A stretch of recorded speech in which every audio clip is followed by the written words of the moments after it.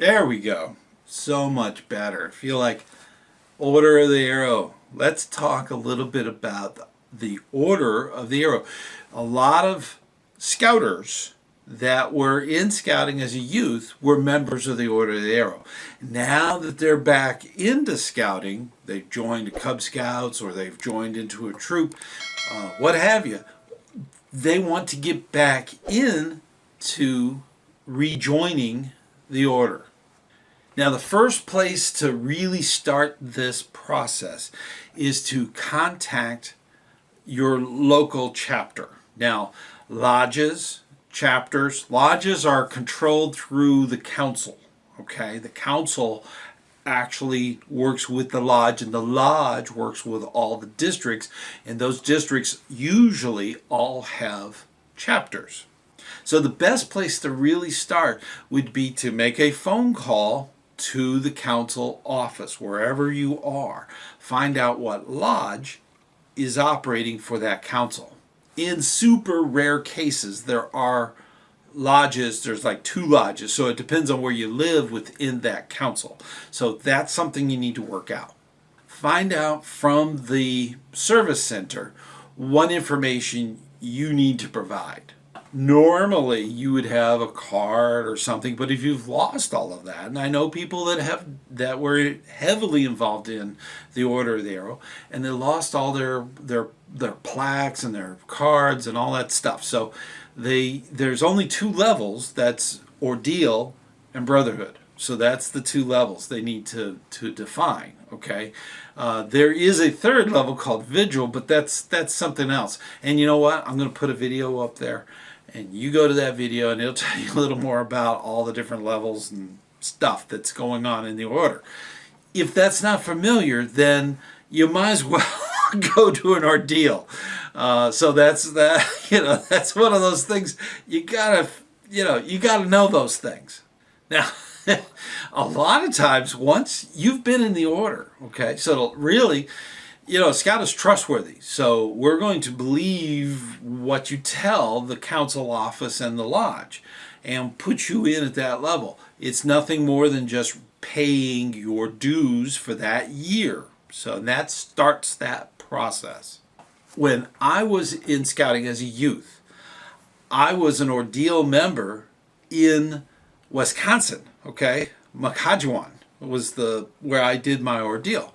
And because there's a separation of almost 20 years between my Ordeal and my Brotherhood. So there was a little bit of confusion, okay? And that particular lodge had gone in and out, and the records weren't there. So when I rejoined Tipasaw, where I live in Central Florida, they were able to just say, okay, you're an Ordeal member, that's fine. I paid my dues and I did my stuff, and I went through that process. But then I was able to do my Brotherhood and seal the membership, even though there was a 20-year difference. Now, once you rejoin your new lodge, you want to make sure that you commit to at least doing 50% of the stuff they offer. Now, usually a lodge that's doing a lot of activities will have 4 or 5 or more activities every single year. In addition to that, your chapter will probably have a monthly meeting. So I recommend that if you're going to get back involved with scouting and get back involved in the Order of the Arrow, to commit to do at least 50% of whatever they are actively doing. I'd like 100%, ain't gonna happen. That's the thing. The order does not take precedence over your own unit. Your own unit is your primary concern. The order is there for cheerful service. Okay, so getting back involved in that is important, but not as important as your unit. And like I said, if you're an Ordeal member and you're getting back into it, that is very common. That happens all the time, okay? Ordeal membership, back in my day, they did not focus on getting you into Brotherhood like they do today. They want you to go through your Ordeal, give service to your unit, and then come back for the brotherhood. That's that second level with the little bars on the new sash. So that's important. So doing that is critical to getting back involved in the Order of the Arrow. I want to talk a little bit about getting involved as an adult leader in the Order of the Arrow. One of the major things that adult leaders do is help the youth grow into their leadership roles. One of the major things that adult leaders need to remind themselves constantly is that the youth do the planning, the youth do the leading, the youth run the lodge.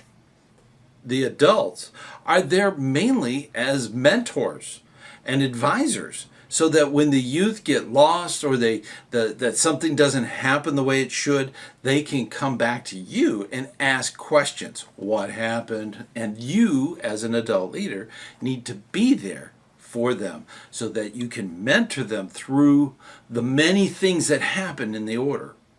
Now, there are specialized positions within each chapter. Each lodge will have chapters, and these chapters will have specialized positions. Most of these are advisory roles, and because of that, they're usually appointed. A chapter advisor is an adult that actually works with the chapter chief. So the chapter is managed by the chief with the adult as the advisor.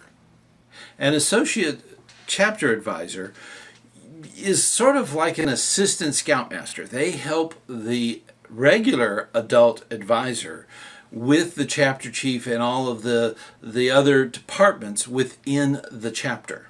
Now, in some chapters, there is a very large group, a team of people that are involved with inductions, and often there will be a position for an adult leader to help out with that. This is known as the inductions advisor.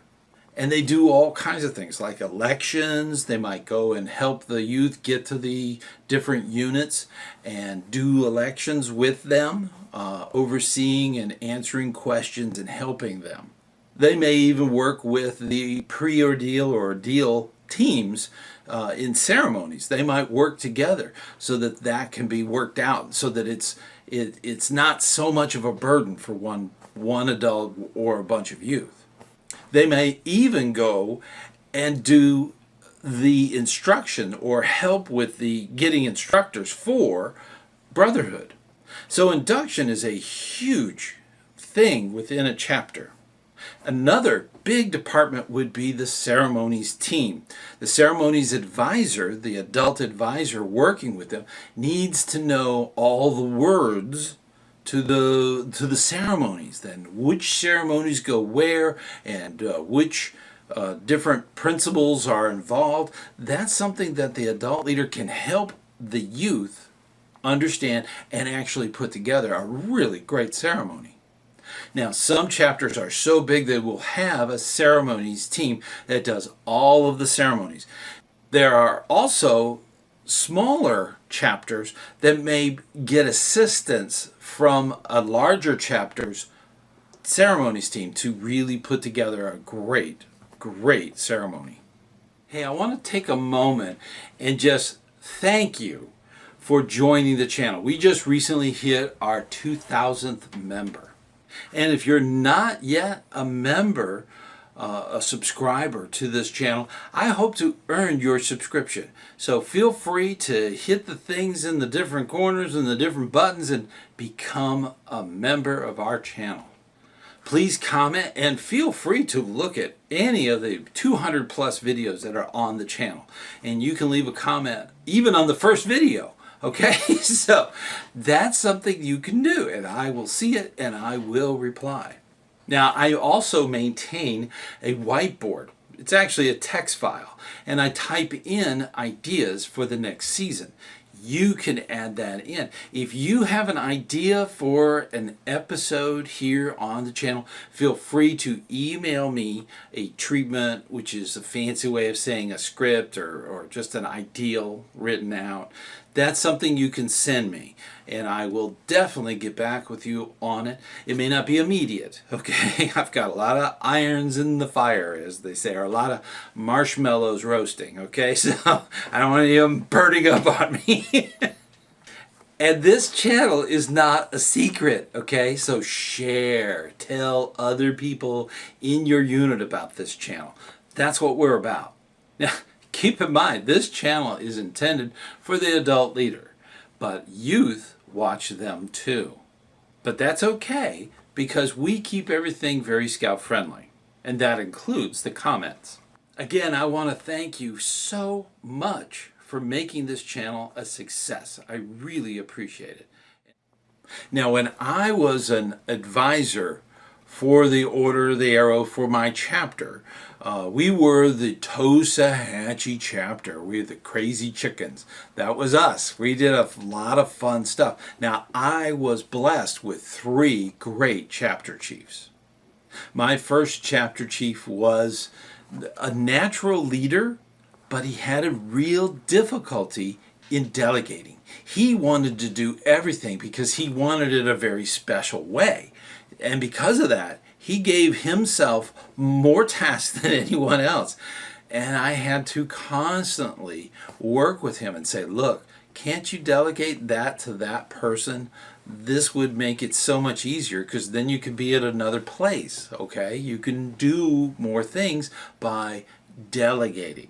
That was a huge lesson for that scout. But he was natural at it, and he just plowed forward and really set a very high bar, and a remarkable young man today. Now, my second chapter chief that as advisor I worked with was younger. He was a younger scout, and he was very charismatic in his delivery of his duties as chief. He was originally with ceremonies, so he was really focused on a lot of the ceremonies and stuff like that. So it was a really good mix with him coming in as a new chapter chief, and he did so many really cool things. And honestly, I often just step back, because a lot of times with youth, sometimes a failure teaches a better lesson. But he didn't have to have that lesson very often, because he was actually that good. Finally, my third one was a rebel. That's putting it very plainly, okay? He was a rebel. He wanted to push the envelope, and that's great. Leadership should push the envelope. And this young person, he did so many things and got us into so much trouble. He did some funny things, but it never was bad. It was just don't do what they did, okay? That kind of thing. So it was one of those things, but it was a privilege to be the advisor for all 3 of those young men. As an adult leader, you are actually expected to wear the full uniform with the sash and actually be a role model. As an adult in the order, there are things that we just don't do.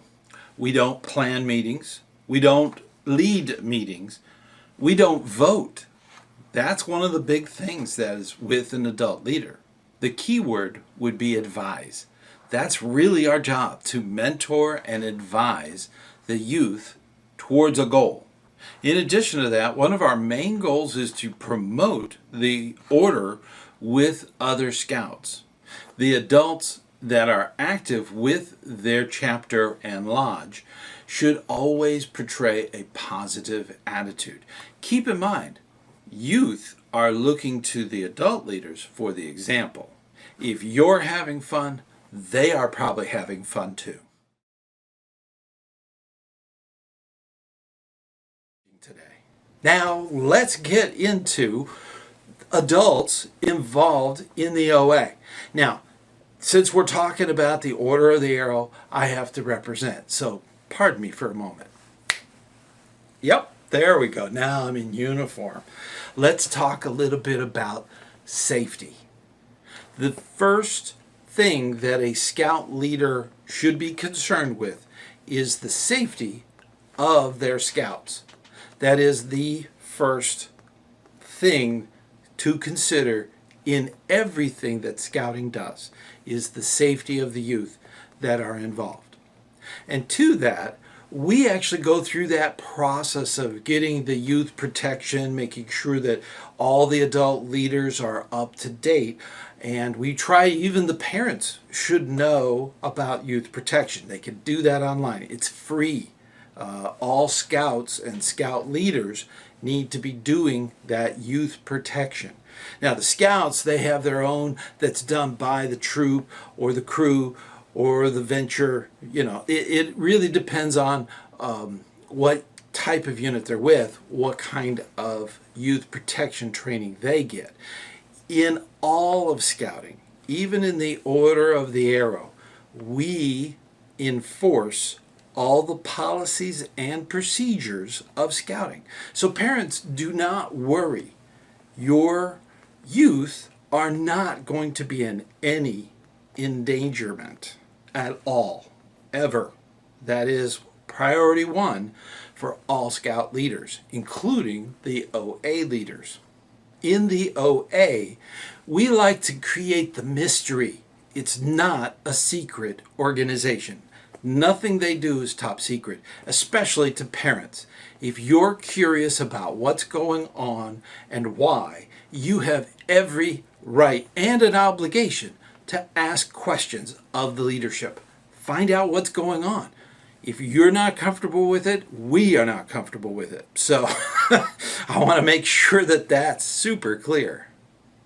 All scout leaders are available to answer questions from parents.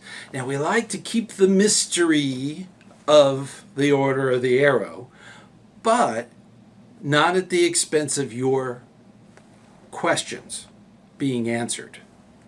And that should all start before the election at the unit.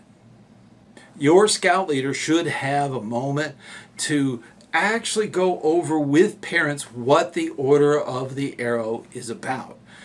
It is a part of scouting. It's officially the honor society for campers involved in scouting. That's really where the core of it comes from.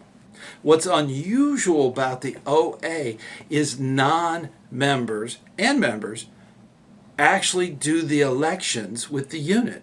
So the unit, there may be 50% of the unit that's not even members of the Order of the Arrow that are involved in an election.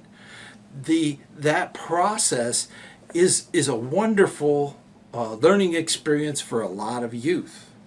But before the names are actually put on the ballot, the scout leader needs to be consulted with the parents to make sure that it's okay for that scout to be on the ballot. Now, there are additional requirements, but one of the big ones is that the unit leader needs to approve everybody that's on the ballot for the election. Now, I have a video about unit elections. Okay, I'll put the link up there. Check that out later. Okay, it'll be there at the end. Okay, it's through the rest of the video. So just check that out when you get a chance.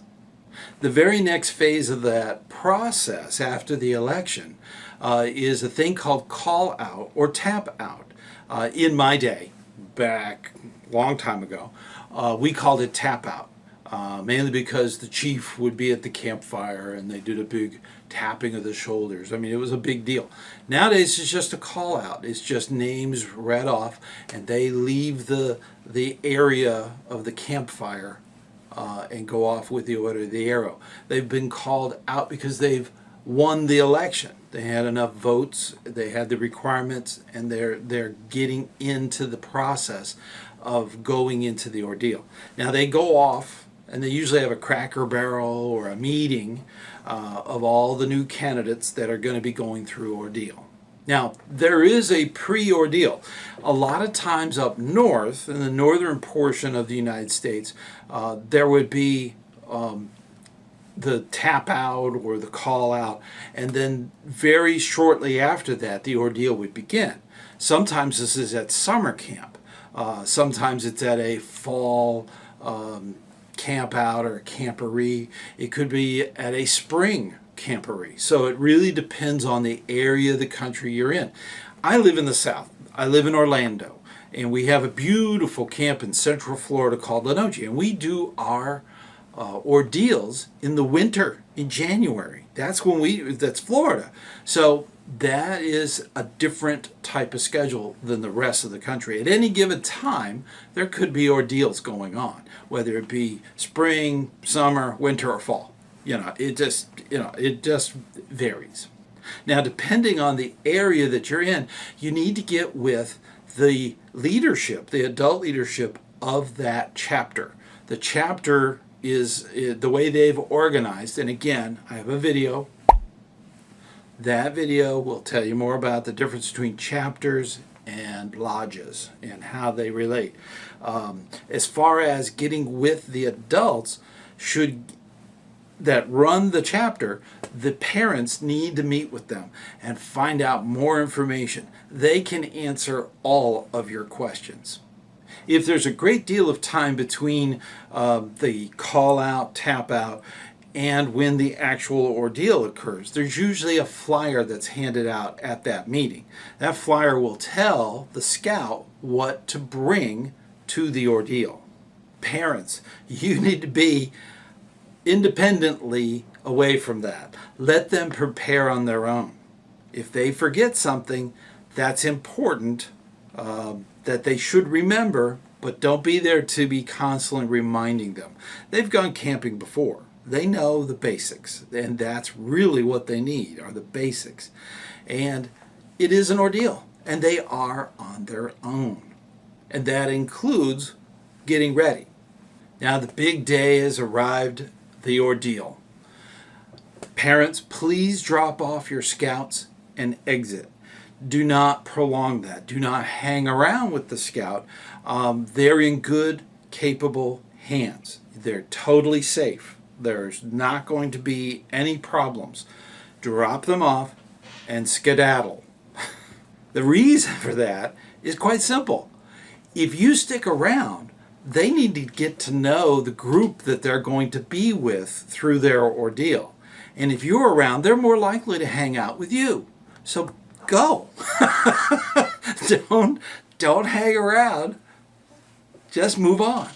Make sure that you have written down or put in your cell phone or something like that a reminder to pick that scout up and what time to do that. That's very important. This is not like a normal camporee. This is something where they may want them picked up later in the day versus earlier. So, check with the chapter, see what they have planned. There might be a meeting after all of this. So that's something that you need to talk with the leadership. Do that before you leave, okay? But definitely move on. Now, after the ordeal, parents, you are more than welcome to ask any question you want from your youth.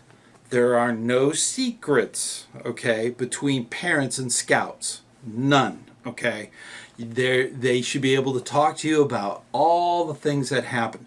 Try to make sure the scout doesn't dwell a whole lot on the struggle. There is a struggle. That's all a part of the ordeal. And make sure that they learn from that struggle. That's really the core value of an ordeal. And they only do it once. They never do it again. They never have to do it again. One time. Now, later, when you get into a thing called an oligomat is somebody who has gone through the process, has gone through the whole thing, and they are there as an example. So they're not going through another ordeal. They're going through an ordeal with other scouts. They've already done that. So they're there as a friend, as an example. So that's a totally different, and you know what? I have a video on that one. So go up there. I have videos on everything. But it's amazing, all the different facets that go on in the ordeal. Now, I know a lot of parents want to be at the ceremony at the end of the ordeal. We don't recommend this. because a lot of the things that are involved with scouting is we want them to be on their own. We want independent scouts without the family there watching and taking photographs and making a big. That is not this. This is not any other kind of ceremony that you might be familiar with. We want the scout to think about themselves on their own. So that's the important bit. So there's not an open invitation to non-members to be at that ceremony. There will be plenty of adult leaders at that ceremony, but keep in mind that that ceremony is for the scout, and that's it, not the family.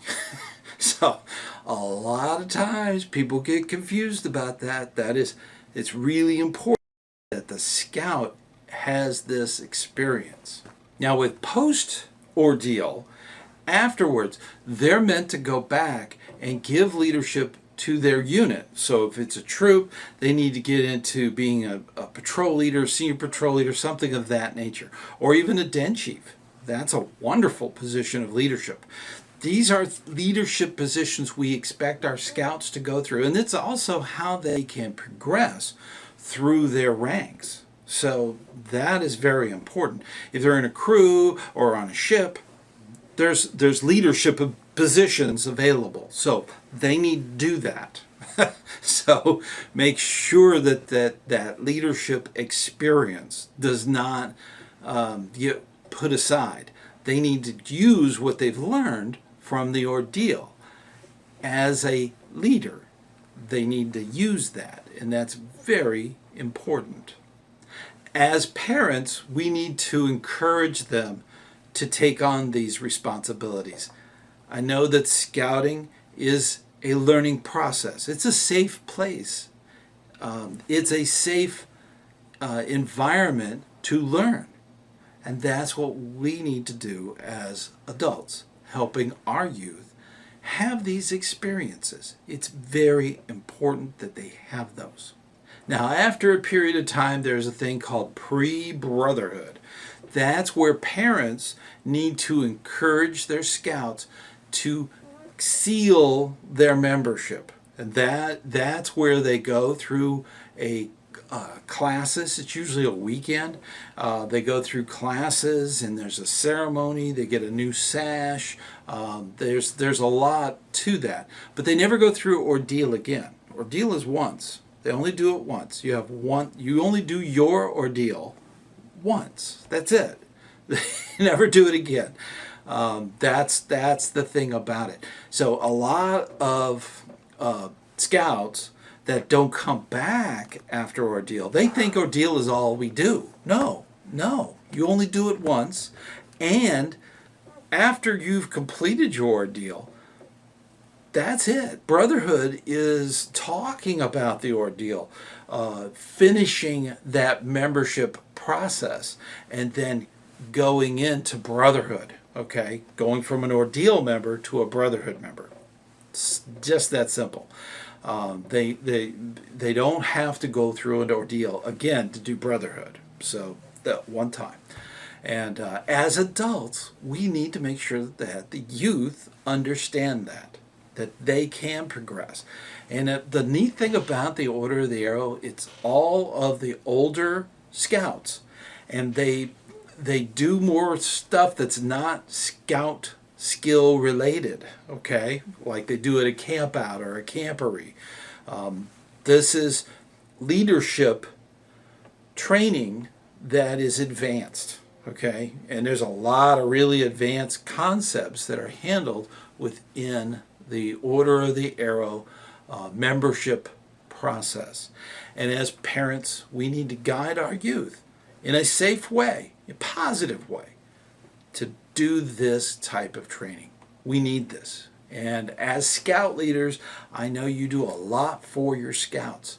I know you work really hard at giving them those opportunities. The Order of the Arrow is another opportunity for them to learn really advanced skills in leadership. So definitely do not try to avoid the Order of the Arrow. The Order of the Arrow is a part of scouting.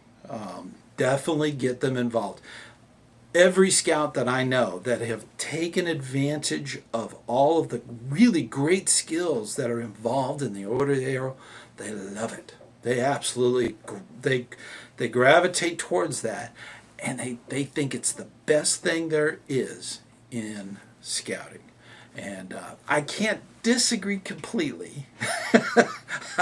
I love the Order of the Arrow, and I really encourage you to get more involved. So with that, I want to make sure that you know that I appreciate all that you do for scouting, and I will see you on the trail.